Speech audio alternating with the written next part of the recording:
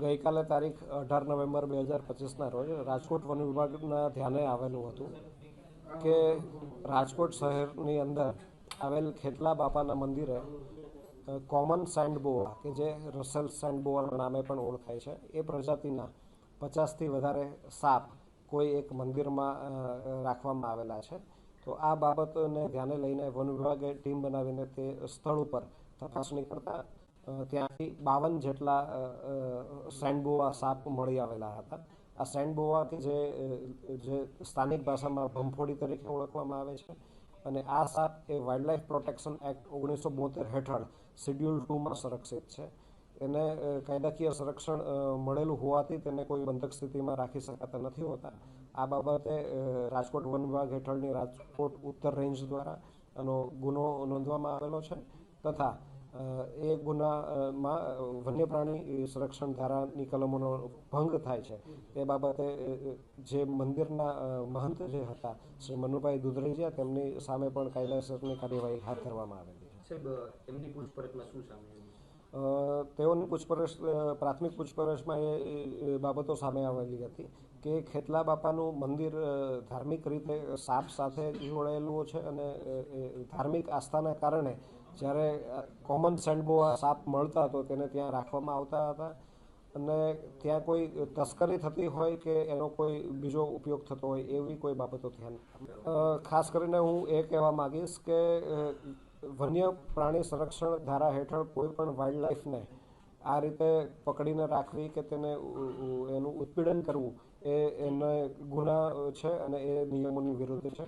ઘણીવાર અંધશ્રદ્ધામાં ક્યારેક નિયમો અને જોગવાઈઓના જાણકારીના અભાવે પણ લોકો અલગ અલગ વાઇલ્ડ લાઈફ છે જેમ કે સાપ છે અને કાચબા છે, પોપટ છે એને પોતાના ઘરે મંદિરોમાં કે અલગ અલગ જગ્યાએ રાખતા હોય છે. તો આવું રાખીને કાયદાકીય જે ગૂંચવણમાં ન પડતા તેઓ વન વિભાગને સહકાર આપે અને આવી કોઈ બાબત ધ્યાનમાં આવે તો એ પણ વન વિભાગના ધ્યાને મૂકે એવી મારી અપીલ છે. ચોક્કસથી અમને અલગ અલગ જગ્યાએથી જે માહિતી મળી રહી છે અલગ અલગ પ્રાણીઓની વખતો વખત જ્યારે પણ માહિતી મળે છે ત્યારે એ બાબતની સ્થળ તપાસ કરીને વન્યજીવનું સંરક્ષણ સર્વોચ્ચ રીતે થાય એ પ્રાયોરિટી સાથે વન વિભાગ કાર્ય કરે છે. વાઇલ્ડલાઇફ પ્રોટેક્શન એક્ટ હેઠળ જે પ્રાણીઓ શેડ્યુલ 1માં સંરક્ષિત છે તેમાં 3 વર્ષથી 7 વર્ષ સુધીની જે સજા છે અને બિન જામીનપાત્ર ગુનો છે. જ્યારે શેડ્યુલ 2ના જે પ્રાણીઓ છે તેમાં 6 મહિના સુધીની સજાની જોગવાઈ છે. શેડ્યુલ 1ના પ્રાણીઓમાં 1 લાખ રૂપિયા સુધીના દંડની પણ જોગવાઈ છે. તો જ્યારે આવું એક કાયદાકીય સંરક્ષણ મળેલું છે તો લોકો પણ વન્યજીવોના સંરક્ષણમાં સહકાર આપે તે અપેક્ષિત છે.